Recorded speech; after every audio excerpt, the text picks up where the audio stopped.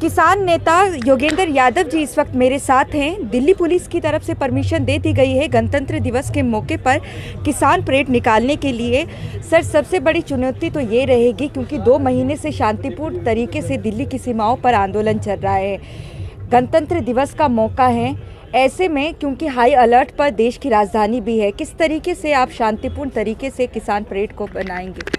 ये पहली बार चुनौती नहीं है। देखिए, 2 महीने पंजाब में आंदोलन चला, पूरा पंजाब बंद था, एक पत्ता नहीं टूटा। 2 महीने से यहाँ पे बैठे हुए हैं, सब कुछ बातें हो गई, कोई वारदात नहीं हुई है अब तक। तो ये एक और बार चुनौती है, जैसे पिछली 2 चुनौतियों का सामना किया, इस बार भी करेंगे। 2 बातें हमने कहा तय है। गणतंत्र दिवस पे किसान परेड करेंगे, दिल्ली के अंदर करेंगे, शांतिपूर्ण तरीके से करेंगे और इस देश के गणतंत्र को किसी तरह की उसकी आन बान शान में कमी नहीं होने देंगे।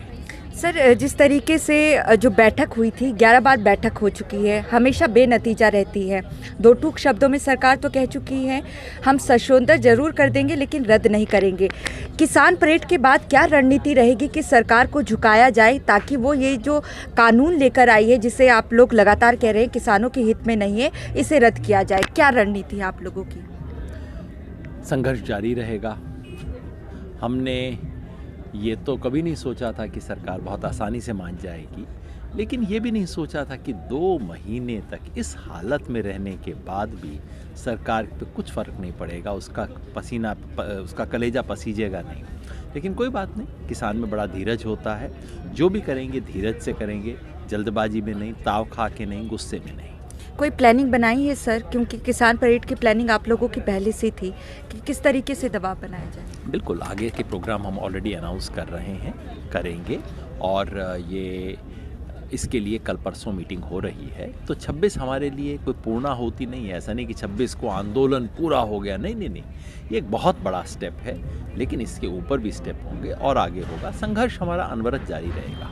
सर, संयुक्त किसान मोर्चा की जो बैठक होती है, क्योंकि आप हमेशा उसमें शामिल होते हैं, बीजेपी के जितने बड़े तमाम आला नेता हैं उनकी तरफ से आप पर निशाना साधा जाता है कि योगेंद्र यादव उस बैठक में क्यों है, क्योंकि वो तो किसान ही नहीं है, तो बैठक में वो क्या कर रहे हैं? आपको किसान मानने से इनकार करते हैं। मुझे बहुत अच्छा लगता है कि उनका बहुत खास मेरे पे ध्यान रहता है। अमित शाह ने फ़ोन करके राज्यपाल जी को कहा कि डेलीगेशन में कोई भी आ जाए, योगेंद्र यादव नहीं आना चाहिए। क्यों इतना घबराते हैं? वैसे मैंने कल परसों सुना, राजनाथ जी टीवी पे कह रहे थे मैं खुद किसान हूँ।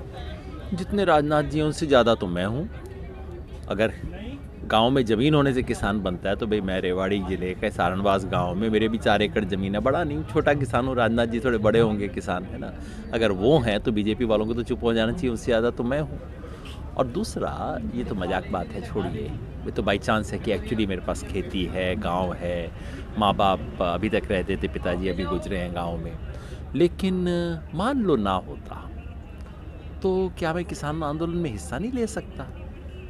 इस देश में पिछले 100 साल में सबसे बड़े किसान आंदोलन किसने किए?